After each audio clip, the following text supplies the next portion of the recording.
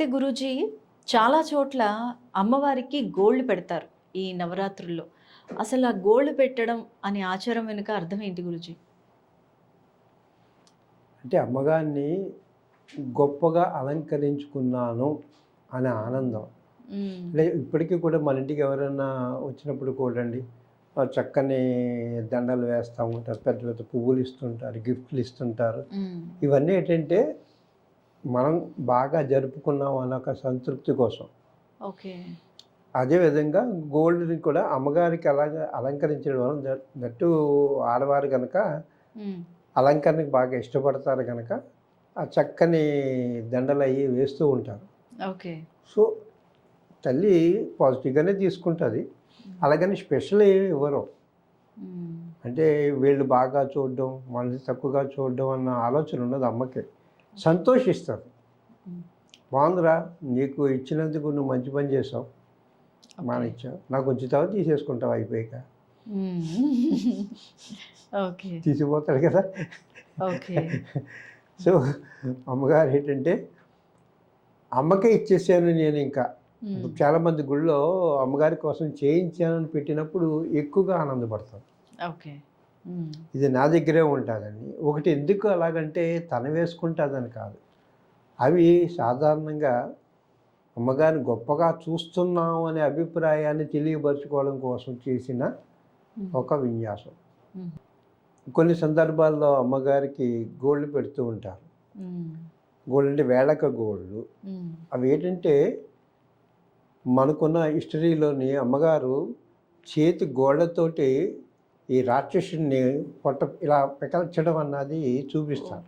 హ్మ్. ఆవిడ ఆయుధం గోల్డ్నే వాడుతుంది. హ్మ్. సో అది మనం ఆ ఓకే. గోరుని అమ్మగారికి ఇవ్వడం వలన మరొక్క ఇటువంటి సందర్భం వచ్చినప్పుడు వాడుతుంది. ఓకే. ఆహా! ఆ అదృష్టుడు ఎవడుంటే ఆ అదృష్టులందరినీ కూడా ఈవిడ చీల్చి చెండాడుతుంది అనే ఒక ఆనందంతో సంకేతంగా. హ్మ్. ఆనందంతో హ్మ్. అంటే ఎలాగా ఆవిడ మళ్ళీ రారు, ఎలాగా చెయ్యరు.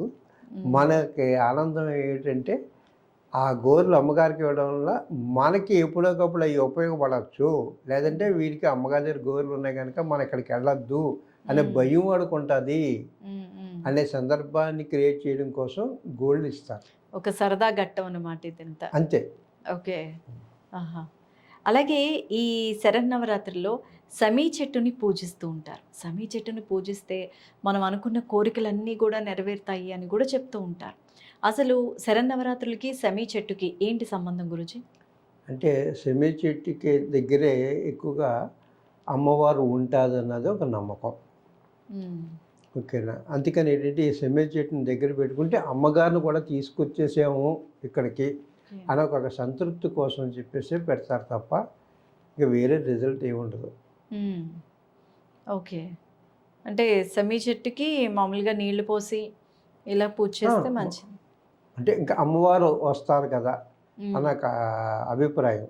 ఓకే. నువ్వు ఇక్కడ మనం ఫోటో పెట్టి పూజ చేసినా కూడా అమ్మగారు వస్తారు. హ్మ్. సెమి చెట్టు ఉన్నవాళ్ళు ఏం చేస్తారంటే దీన్ని కూడా పెడితే ఇంకా ఎక్కువ వస్తుంది, ఇంకొంచెం 10% అన్న మనకి ఎక్కువ వస్తుంది కదా ఓకే. మిగతా వాళ్ళతో కంపేర్ చేస్తే హ్మ్. అనుకునే ఉద్దేశంతో కూడా తీసుకొచ్చి పెడతారు. ఇది ఓకే. ఉన్నప్పటికీ కూడా ఆహా! అంటే అమ్మగారికి వీలైనంత తనకి ఇష్టమైన వాటిని దగ్గరికి ఇవ్వాలనే ఆలోచనతోటి ఈ ప్రసాదాలు కూడా చూడండి అవును. చాలా రకాలు వండుతుంటారు. ఒక్కొక్కరు హ్మ్. ఒకలా వండుతుంటారు. అది వాళ్ళ అవును. ఇష్టం. హ్మ్. ఒకటే ఏదైనా సరే నీ మనసును మాత్రమే చూస్తుందమ్మ. ఓకే. ఇవేమీ ఆడంబరాలు అవసరం లేదు. నువ్వు మంచిగా ఇది అమ్మగారికి పెట్టేటప్పుడు కన్నా నీ కన్న తల్లికి పెట్టేవా లేదన్న చాలా ఇంపార్టెంట్. హ్మ్. కొంతమంది ఇంట్లో ఉన్నారు తల్లిని తండ్రిని పట్టించుకోరు కానీ ఊరోళ్ళందరినీ చాలా పట్టించుకుంటారు. హ్మ్.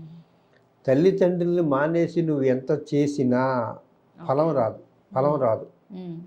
తల్లి తండ్రి తర్వాతే నీకు ఎవరైనా, తర్వాత ఆడవాళ్ళకి ఓకే. భర్త, మగవాళ్ళకి భార్య. హ్మ్. భార్య భర్తను ఎంత ఇదిగా జాగ్రత్తగా చూడాలని ఉందో భర్త భార్యని కూడా అంత జాగ్రత్తగానే చూడవలసిన రూల్స్ ఉన్నాయి మనకి. ఓకే. కానీ చాలా చోట్ల ఏమవుతుందంటే మగవాళ్ళ యొక్క ప్రభావం ఎక్కువైపోయి చెదకొట్టేయడం ఇవన్నీ చేయడం, వాళ్ళు బాధపడడం ఇవన్నీ కూడా చాలా చోట్ల ఆలకించాం. అవును. అయినప్పటికీ కూడా ఇద్దరికి ఈక్వల్ రైట్స్ ఉన్నాయి బై నేచర్. వీళ్ళు ఏదో చేసుకుంటే దాన్ని దేవుడిని అనడానికి కుదరదు. ఓకే. వాళ్ళు ఏంటంటే అమ్మగారిని ఎలా చూసి అయ్యగారిని కూడా అలాగే చూడమనే చెప్పారు. వాళ్ళు కూడా ఎక్కడ నేను గొప్ప అని కూడా ఎక్కడ చెప్పుకోలేదు వాళ్ళు కూడా. ఓకే. అది కొంచెం అర్థం చేసుకోవాలి. ఓకే. మనం అయ్యవారికి చేస్తేనే గొప్పవాళ్ళం, అమ్మవారికి అన్నీ పెడితే గొప్పవాళ్ళం అయ్యే ఉండదు వాళ్ళకి. నీ మనసును మాత్రమే చూస్తారు ఎక్కువగా.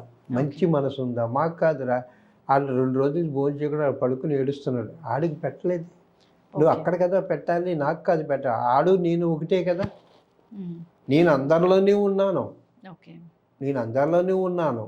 వాళ్ళలోని నేను ఏడుస్తున్నప్పుడు నువ్వు నన్ను చూస్తే ఉంటే అక్కడ చూడాలి ఫస్ట్. మళ్ళీ ఈడికి పెడితే ఉపయోగం ఉంది. అక్కడ నేను బాధపడుతున్నాను కదా, నువ్వు పట్టించుకోవాలి కదా. ఆ విధంగా పేదవాళ్ళు కూడా రక్షించే విధానాన్ని కూడా చెప్పారు. ఓకే. ఓకే. అలాగే చాలామంది ఈ శరన్నవరాత్రుల్లో కొంతమంది విగ్రహాలు పెట్టి పూజిస్తారు, కొంతమంది పటాలు పెట్టి పూజిస్తారు, ఫోటోలు అలాంటివి కొని పూజిస్తూ ఉంటారు. అయితే ఈ నవరాత్రులకి ఉన్న ఫోటోని వాడచ్చా? అంటే మనం ఇంట్లో ఎలాగో పూజా గదిలో అమ్మవారి ఫోటోలు పటాలు ఉంటాయి కాబట్టి వాటిని పెట్టచ్చా, లేదంటే కొత్తగా కొనాలా అనేది మొదటి డౌట్. అలాగే అసలు విగ్రహాన్ని పూజించితే ఎలాంటి ఫలితం వస్తుంది, పటాన్ని పెట్టి పూజిస్తే ఎలాంటి ఫలితం వస్తుంది, ఏది మంచిది అనేది రెండో డౌట్.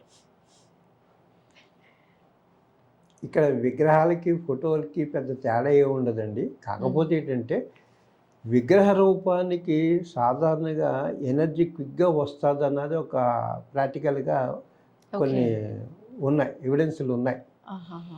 అంటే ఫోటోలో ఏవద్దంటే అమ్మగారికి ముందు గ్లాస్ వేసేసి ఉంటారు, దానివల్ల కొంచెం ఎనర్జీ తగ్గుద్ది అన్నది అభిప్రాయం.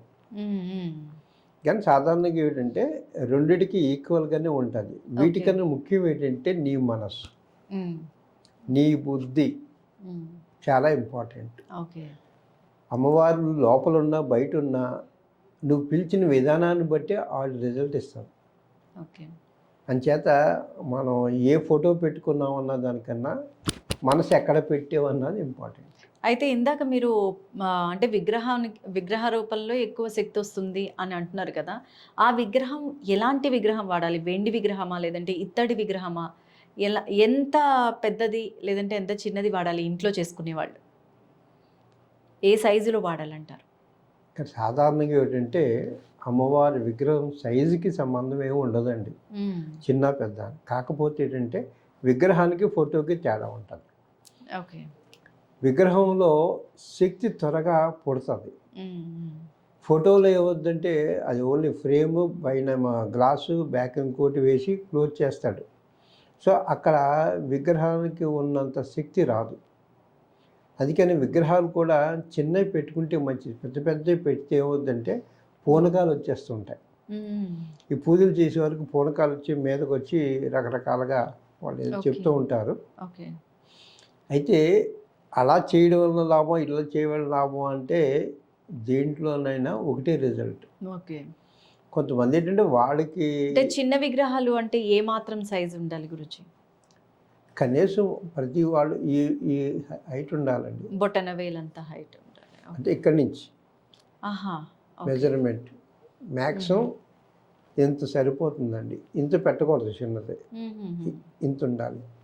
ఓకే. ఈ సైజు ఉంటే సరిపోతుంది. ఇక్కడ విగ్రహానికి ఫోటోకి తేడా ఇందాకే చెప్పాను. విగ్రహానికి త్వరగా ఎనర్జీస్ కలుస్తాయి, ఈ ఫొటోస్ కలవు. అందుకని విగ్రహానికి ఇంపార్టెన్స్ పెంచుతారు. చాలామంది ఏంటంటే కొంతమంది చూశాను ఈ విగ్రహాన్ని కూడా నీటిలో కలిపేస్తున్నారు. అంటే అది గణపతికి ఏమని చేస్తుంటే మట్టి బొమ్మ తెస్తారు కనుక అది నీటిలో కలపడం మంచిది. ఇక్కడ అటువంటి మట్టి బొమ్మ అయితే కలుపుకోవచ్చు, ఎందుకంటే నీరు పాడవకుండా మళ్ళీ కింద దానికి ఉపయోగపడుతుంది కనుక ఆ యొక్క బ్లాక్ సాయిల్ వాడుకోవచ్చు. బ్లాక్ సాయిల్ అయితే కంపల్సరీ కలపాలి. లేదు మెటాలిక్గా తయారు చేసి పెయింట్లు వేసేసి ఉంచితే మాత్రం కలపకూడదు. ఎందుకు అంటే ఈ కెమికల్ వలన వాటర్ పాడవుతుంది. అంతేగాని దేవుడు ఏమండవు, వాటర్ పాడైపోతుంది. అది కాదు.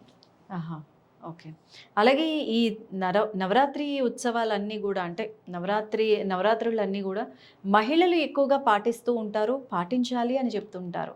నిజంగా ఇది మహిళల పండుగేనా? మరి అమ్మవారి పూజ కదా! ఓకే. అంటే ఆ! అమ్మవారిలా తయారవ్వమని అంటే అర్థం ఏంటంటే ఫైట్ చేయమని కాదు. హ్మ్. అమ్మగారు ఈ సొసైటీ బాగు చేయడం కోసం ఎంత కష్టపడిందో, ఓకే. ప్రతి ఆడది తన ఇల్లు బాగు చేసుకో, ఊరంతా వద్దు. హ్మ్. నీ ఇల్లు నువ్వు సరిదిద్దుకో, దేశం ఓకే. బాగుంటుంది. హ్మ్. అంతే ఓకే. కదా! మన ఇల్లు మనం చేసుకుంటే చాలు, పక్కోడి ఇల్లు కోసం మనకు అనవసరం. హ్మ్. అంచేత ఆ ఇంటి ఇలవేల్పు కంపల్సరీగా పూజ చేయమన్నారు గల కారణం. ఓకే. హుహు. ఆ విధంగా చేయడం వల్ల ఎటువంటి ఇబ్బందులు ఉండవు. ఓకే. అదండి. సో, చాలా మంచి విషయాలు తెలిపారు గురూజీ. ఎన్నో ధర్మ సందేహాలన్నీ గూడా మీరు చెప్పిన మాటల వల్ల నివృత్తి అయ్యాయి. నవరాత్రి ఉత్సవాలు ఎంత ఆనందంగా జరుపుకుంటే, ఎంత ప్రశాంతంగా జరుపుకోవడం అంటే మనం పెట్టే ఆర్భాటాలు, అట్టహాసాలు కాదు. మన మ మనస్సు నలుగురు అందరూ వచ్చిన వాళ్ళంతా బావుందిరా, బావుందిరా అనాలి. హ్మ్. హ్మ్. అంటే బావుందంటే నువ్వు పెట్టిన దాన్ని బట్టి అనరు. హ్మ్. చూసిన దాన్ని బట్టి ఉంటది. అవును. నువ్వు హ్మ్. పెట్టకపోయినా పర్లేదు గానీ మంచిగా చూసేయండి, బాగున్నారా? కొంచెం నువ్వు వెళ్ళేటప్పుడు ఏమైనా తినేసి వెళ్ళండి. ఆడు తినకపోయినా సరే. ఆ హ్మ్. మాట అన్నారు కదా! అవును. ఆడు హ్మ్. తిని వెళ్ళడు, వెళ్ళిపోతాడు ఎలాగని. అవును. ఆడికి పనుంటే వెళ్ళిపోతాడు, లేకపోతే తింటాడు. అయినప్పటికీ కూడా ఏంటంటే, అలాగా ఒక మాట మనం అనడం వలన తినేయాలమన్నారు నేనే ఎందుకులే వచ్చేసాను అంటాం కదా! అది వాడి తప్పు, వీళ్ళ తప్పు కాదు. ఓకే. ఈ పద్ధతులు అంటే మంచి మనసు ఉండాలన్నదే ప్రతి ఒక్కళ్ళు చెప్పేది. ఇన్ని పూజలు చేస్తున్నావు అంటే నీకు మంచి మనసు లేకపోతే ఎలాగా? యెస్. చాలా చక్కగా చెప్పారు గురూజీ. ఎన్నో సందేహాలు నివృత్తి చేశారు. ధన్యవాదాలు. ధన్యవాదాలు.